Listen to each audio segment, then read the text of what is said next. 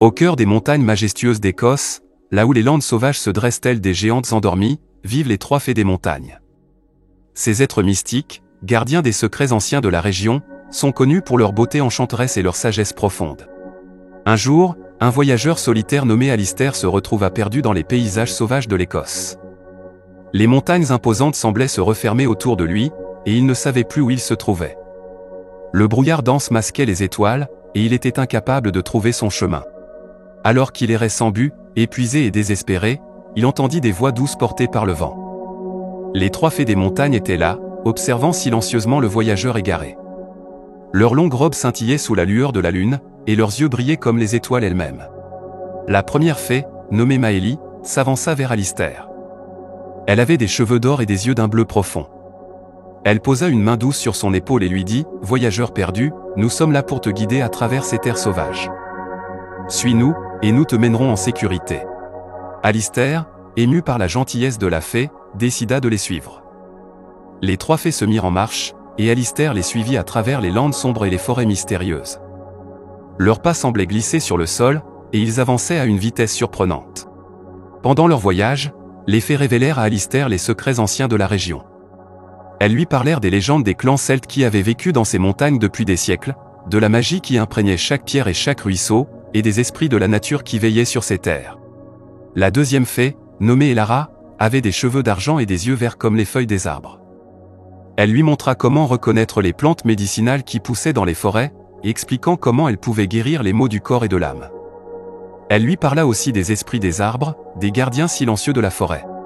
La troisième fée, nommée Isolt, avait des cheveux noirs comme la nuit et des yeux d'un violet profond.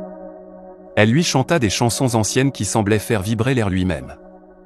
Ces mélodies évoquaient des temps oubliés et des histoires de héros et de légendes. À mesure qu'ils avançaient, les montagnes semblaient s'éveiller autour d'eux. Les ruisseaux murmuraient des secrets, les arbres chuchotaient des conseils, et les étoiles brillaient d'une lumière particulière. Alistair se sentait de plus en plus connecté à la nature qui l'entourait. Finalement, les fées le menèrent à un endroit secret, un cercle de pierres anciennes situé au sommet d'une colline. Là, elles lui révélèrent leur plus grand secret. Ce cercle de pierres était un lieu de pouvoir, un endroit où les barrières entre les mondes étaient minces. Les fées lui expliquèrent que ce lieu avait été utilisé par les anciens druides pour communiquer avec les esprits de l'au-delà. Les fées lui demandèrent de fermer les yeux et d'écouter son cœur. Alors, ils commencèrent à chanter ensemble, une mélodie ancienne qui semblait toucher les étoiles elles-mêmes. Les énergies autour d'eux s'intensifièrent, et Alistair sentit une présence bienveillante l'entourer. Quand il rouvrit les yeux, il se trouvait dans un autre monde. Un monde de lumière et de paix, où les esprits de ses ancêtres l'accueillirent avec amour. Il comprit que les trois fées des montagnes l'avaient guidé vers cet endroit, lui permettant de trouver la paix et la connexion avec ses racines. Alistair resta dans ce monde pendant un certain temps, puis retourna dans le monde des vivants, empli de gratitude envers les fées et les montagnes qui l'avaient guidé.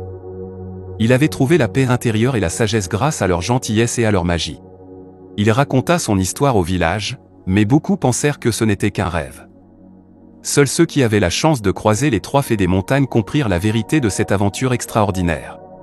Et c'est ainsi que se termine l'histoire des trois fées des montagnes, une histoire de beauté, de sagesse et de la magie qui réside dans les paysages sauvages de l'Écosse.